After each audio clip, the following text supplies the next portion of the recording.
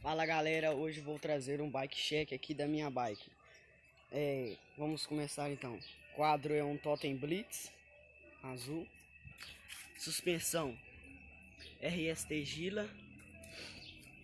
A rodagem é uma rodagem extreme com raio inox.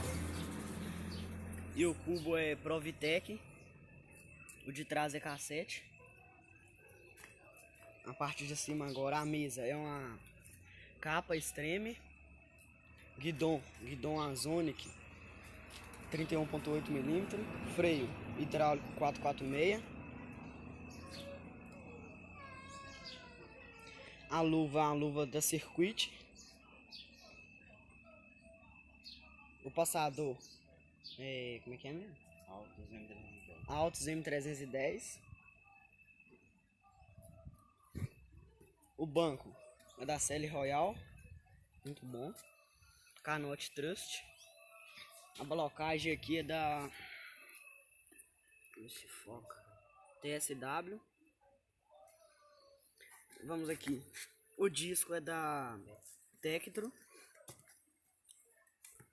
O pneu, né? O pneu é da Levorin Essence, o de trás. O da frente é CST. O cassete é HG31 Shimano 24 velocidades. O câmbio de trás é o Shimano Acera M3000. O pedal plataforma, não sei a marca. O câmbio da frente, câmbio dianteiro, é um Acera M390. Pé de vela é um Shimano M311. A corrente é KMC X8. O suporte de caramanhola aqui de garrafinha é um Act, sei lá o que. Movimento central, um ponta quadrada da GTS.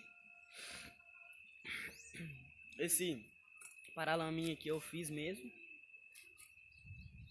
Eu acho que a caixa de direção é da Neco. E os cubos são rolamentados. Cassete aqui da Provitec, não sei se vai dar pra ver. Cassete Provitec. Cama de ar da Pirelli. Simplesinha mesmo.